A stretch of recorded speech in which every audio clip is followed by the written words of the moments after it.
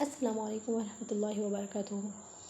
میرے عزیز بہنوں اور بھائیوں، آج کی یہ ویڈیو آپ کی زندگی کی سوچ کو بدل سکتی ہے، کیونکہ آج ہم بات کریں گے قرآن کی ایک ایسی آیت پر جو دل کو سکون، روح کو اطمینان اور زندگی کو نیا مقصد عطا کرتی ہے۔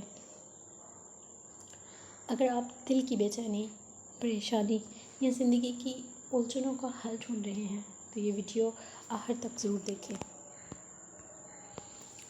الا بذکر اللہ تطمئن القلوب، یہ سورہ رعد کی آیت نمبر 28 ہے، جس میں کہا گیا ہے کہ دلوں کو اطمینان صرف اللہ کے ذکر سے حاصل ہوتا ہے۔ یہ کوئی معمولی جملہ نہیں بلکہ اللہ تعالیٰ کی طرف سے ایک وعدہ ہے کہ دلوں کا سکون، ذہنی سکون صرف اور صرف اللہ کے ذکر سے حاصل ہوتا ہے۔ آج کا انسان سونے کے محل میں بھی ہو تو بے سکون ہے، لاکھوں کما رہا ہو پھر بھی دل میں بے چینی، جدید دوائیں، ماہر نفسیات، موبائل، انٹرنیٹ، سیر و تفریح، مگر دل کا سکون نہیں ملتا۔ کیوں؟ کیونکہ اللہ نے سکون اپنے ذکر میں رکھا ہے، نہ کہ دنیا کی چمک دھمک میں۔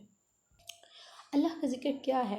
نماز، قرآن کی تلاوت، تسبیحات، سبحان اللہ، الحمدللہ، اللہ اکبر، درود شریف، دل میں خلوص سے اللہ کو یاد کرنا، یہ سب ذرائع ہیں جن سے دل کو سکون اور روح کو طہارت ملتی ہے۔ ایک نوجوان امریکہ میں رہتا تھا، دولت، شہرت، ہر چیز تھی، مگر دل بے چین، نیند غائب، دل چڑھا ہوا۔ ایک دن قرآن پڑھنے بیٹھا اور یہ آیت اس کی آنکھوں سے ٹکرائی، الا بذکر اللہ تطمئن القلوب۔ اس دن سے اس نے ذکر شروع کیا، قرآن کو زندگی کا حصہ بنایا، اور آج وہ دنیا کے سکون کی بجائے اللہ کی رضا کا طالب ہے اور خوش ہے، مطمئن ہے۔ اگر آپ بھی پریشان ہیں اور اس کا مسئلہ ہے، رشتوں کی الجھن ہے، بے اولادی، بے روزگاری یا بے سکونی ہے، تو صرف ایک کام شروع کیجیے، روزانہ صرف 10 منٹ اللہ کا ذکر، سبحان اللہ، الحمدللہ، اللہ اکبر، لا الہ الا اللہ۔ دیکھیے دل کا سکون کیسے پلٹ کر آتا ہے۔ قرآن مجید کی یہ ایک آیت کافی ہے انسان کو بیدار کرنے کے لیے۔ بس ہم غفلت کا پردہ ہٹائیں۔ آئیے مل کر دعا کریں، یا اللہ ہمیں اپنے ذکر کی توفیق دے، ہمیں دلی سکون عطا فرما، ہماری زندگیاں قرآن کے مطابق بنا دے۔ اللہ ہمارا ہاتھ پکڑ پکڑ کے ہمیں صراط مستقیم پر چلا،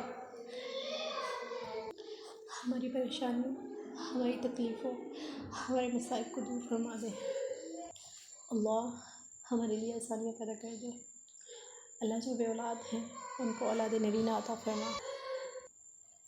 اللہ جو تکلیف میں مبتلا ہیں ان کی تکلیف کو دور فرما، جو پریشان حال ہیں ان کی پریشانیوں کو دور فرما۔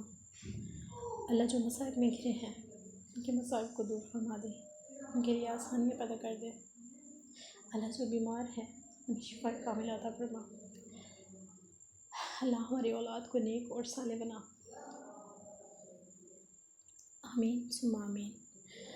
اگر آپ کو یہ ویڈیو دل سے اچھی لگی ہو تو صدقہ جاریہ سمجھ کر آگے شیئر کریں، لائک کریں، کمنٹ کریں، اور کمنٹ میں سبحان اللہ لکھنا نہ بھولیں، اور ہمارا چینل سبسکرائب کرنا نہ بھولیں۔ جزاکم اللہ خیرا کثیرا۔ اللہ حافظ ناصر۔